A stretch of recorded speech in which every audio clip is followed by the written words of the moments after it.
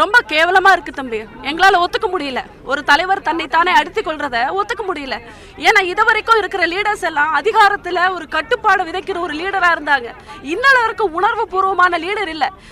திருமாவளவன் வெக்க கேடுகட்ட அந்த கேடுகட்ட திருமாவளவன் என்ன கேட்கிற, இது நகைப்புக்குரியதா போக கூடாதுன்னு. ஆமா, ஏன்னா அவருக்கெல்லாம் பொண்ணுகளை பார்த்தா நகைப்புக்குரியவங்களா தான் தெரியுது. அவரை பொறுத்த மட்டும் கட்ட பஞ்சாயத்து பண்ற அந்த திருமாவளவனுக்கு எங்களை பொண்ணுகள் எல்லாம் பார்த்தா அவங்களுக்கு காமெடி மாதிரி தான் தெரியும். ஏன்னா இவங்க எல்லாம் ஒரு போக பொருளா தான் பெண்களை பார்த்து பழக்கம். ஏன்னா அவருடைய கொள்கைப்படி, அந்த திராவிட மாடல் கொள்கைப்படி பெண்கள்னா என்ன, பெரியார் சொல்றாரு, கிராப் ஹேரை கட் பண்ணிக்கங்க, கர்ப்பப்பையை கட் பண்ணி தூக்கி வீசுங்கன்னு. ஏன்னா அதை தானே விதைச்சிருக்காங்க. அதனாலதான் இங்க வந்து நிக்கிறோம். இதுக்கு முன்னாடி குடும்பத்துல பாதுகாப்பு இருந்தது, சமூகத்துல பாதுகாப்பு இருந்தது, ஒரு இனத்திலையும் குழுவிலையும் பாதுகாப்பு இருந்தது. இப்ப எல்லாத்தையும் விட்டு விளைவாங்கன்னா போறோம் வர்றோம் எல்லாம் இந்த மாதிரி அட்வான்டேஜ் எடுக்கிறதுக்கு தான் பெண்களை வந்து அந்த சமூக பாதுகாப்புல இருந்தோம், இந்த மாதிரி நம்ம கட்டமைப்புல இருந்தும் வெளிவாங்கன்னு கூப்பிட்டு இருக்கிறானா. இப்ப நாங்க வெளியே வந்ததுக்கு அப்புறம் இந்த மாதிரியான ஒரு கேவலமான விஷயம் நடக்குது.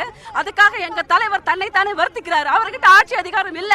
அவர் என்னதான் பண்ண முடியும்? அவர் ஒரு முதல்வராக இருந்திருந்தானா இன்னை மறுநாள் உயிரோடு இருந்திருக்க மாட்டான். அவனுக்கு என்ன தண்டனைங்கிறது இமீடியட்டா கொடுத்திருந்திருப்பாரு.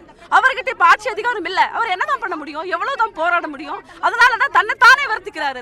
தன்னால பண்ண முடியலன்னு சொல்லி ஒரு தவமா இதை தன்னை தானே வருத்திக்கிறாரு.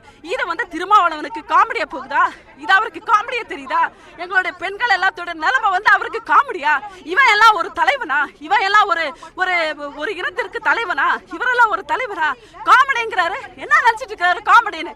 இங்க இத்தனை பேரோட உணர்வும் அவர்கிட்ட இருக்கு.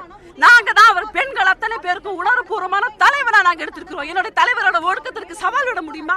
இங்க இருக்கிற திராவிடத்துல இருக்கிற அத்தனை தலைவர்களும் என்னுடைய தலைவனுடைய ஒழுக்கத்திற்கு சவால் விட முடியுமா நான் கேட்கிறேன்.